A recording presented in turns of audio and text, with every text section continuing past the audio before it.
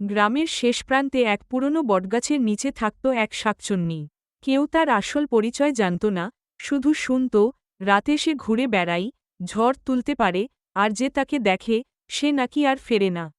একদিন শহর থেকে আসা এক যুবক সন্ধ্যায় ওই পথ ধরে যাচ্ছিল। গ্রামের লোকেরা সাবধান করলেও সে হাসি ঠাট্টায় উড়িয়ে দিল।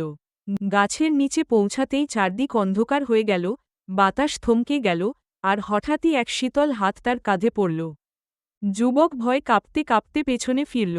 দেখল, এক বিধ্বস্ত চেহারার নারী দাঁড়িয়ে আছে, চোখ দুটো জ্বলজ্বল করছে। তুই কেন এলি এখানে? কর্কশ কণ্ঠে বলল সে। যুবক কোনোমতে জিজ্ঞেস করল, তুমি কে? নারী দীর্ঘশ্বাস ফেলে বলল, আমার স্বামী বিশ্বাসঘাতকতা করেছিল, আমায় নির্জন জঙ্গলে ফেলে দিয়েছিল। সেই থেকে আমি শাকচুন্নি হয়ে এখানে আছি। কেউ এলে তাকে ধরে রাখি, যাতে আমার একাকিত্ব দূর হয়। এরপর যুবক আর কখনো ফিরে আসেনি।